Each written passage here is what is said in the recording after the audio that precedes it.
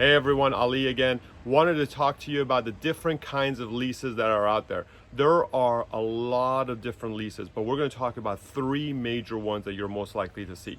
So the first one is called a triple net lease, and it's obvious because it says N after the rental amount in most advertisements or whatnot. That's triple net. Then we're going to talk about something called modified gross, and then we're going to talk about something called full service lease. All right, so let's talk about triple net. A triple net lease is the worst kind of lease you can have by far, and it's also the most common. As a result of that, you have to be aware of what's in it. So what does a triple net lease actually comprise of? Well, it's a very landlord-friendly lease, which is why it's the most common, and it basically states that you as a tenant not only pay your normal monthly rent, but on top of that, you will pay for all expenses that are that the landlord bears in operating the building. So if the landlord needs to change the roof, you pay your fair share of the roof. If the landlord changes repaves a parking lot, same thing. A light bulb, you pay your fair share of everything, including taxes and insurance. So as you can imagine, this lease becomes really expensive. To offset some of that, usually the rental amount, the monthly rent, is a little bit lower, but still this is a very big costly amount that is added to your lease. So just be aware of that when you're thinking of signing a lease that's a triple net lease.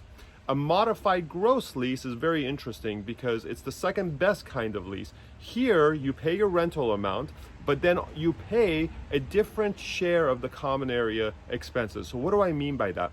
Basically what happens is that they have a base year that the landlord sets, usually the year that you sign the lease. So let's say that is 2019 or 2020.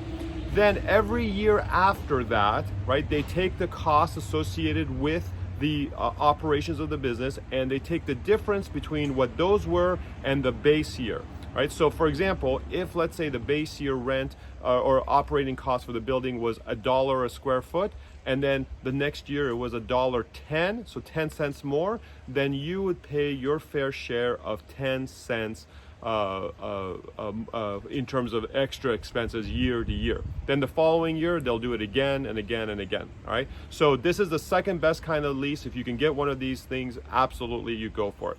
The final lease is called the full service lease. Now, what is a full service lease? Just like it sounds like, it's basically rent. You pay the rent and you pay for nothing else, right? You pay for nothing else. You don't pay for the landlord's taxes. You don't pay for repairs. You don't pay for anything.